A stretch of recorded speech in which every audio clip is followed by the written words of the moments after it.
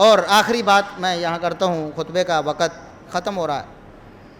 کہتے ہیں کہ نبی کریم صلی اللہ علیہ وسلم نے اپنا میلاد خود منایا۔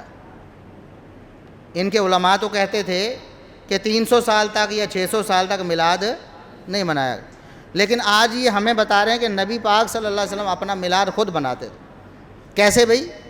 کہتے صحیح مسلم کی حدیث ہے، نبی کریم صلی اللہ علیہ وسلم سے پوچھا گیا آپ سوموار کا روزہ کیوں رکھتے ہیں؟ آپ سوموار کا روزہ کیوں رکھتے ہیں؟ تو آپ نے فرمایا اس دن میں پیدا ہوا تھا اس لیے میں روزہ رکھتا ہوں۔ لہٰذا ثابت ہوا کہ نبی پاک بھی اپنا میلاد مناتے تھے۔ پہلی بات تو یہ ہے کہ پوری حدیث انہوں نے پوری حدیث یہ ہے کہ نبی کریم صلی اللہ علیہ وسلم سے جب پوچھا گیا کہ آپ سوموار کو روزہ کیوں رکھتے ہیں تو آپ نے فرمایا یہ دن ہے جس میں مجھے اللہ نے پیدا بھی کیا اور مجھے مجھے نبوت بھی اسی دن ملی ہے، میری پیدائش بھی اسی دن ہوئی ہے اور میری نبوت بھی، یعنی ایک سبب نہیں دو، نبی اسی دن پیدا ہوئے ہیں اور اسی دن نبوت ملی ہے، اسی دن نبوت ملی ہے۔ وہ کون سا دن ہے؟ بولے نا، حدیث میں کیا ہے؟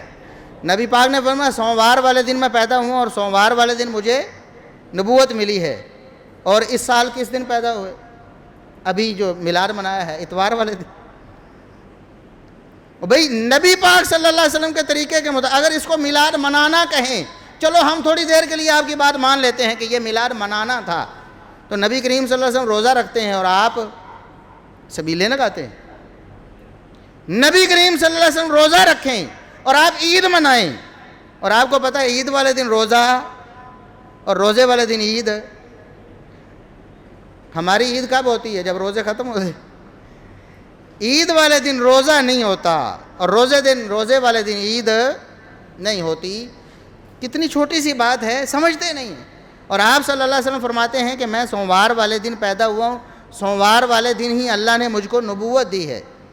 تو آپ نے تو یوم نبوت منایا پھر روزہ رکھ کر، تو آپ نے کبھی منایا یوم نبوت؟ یوم پیدائش تو مناتے ہیں نا، یوم نبوت آپ نے کبھی منایا؟ پھر یہ کون سی دلیل اور کہاں سے بن گئی؟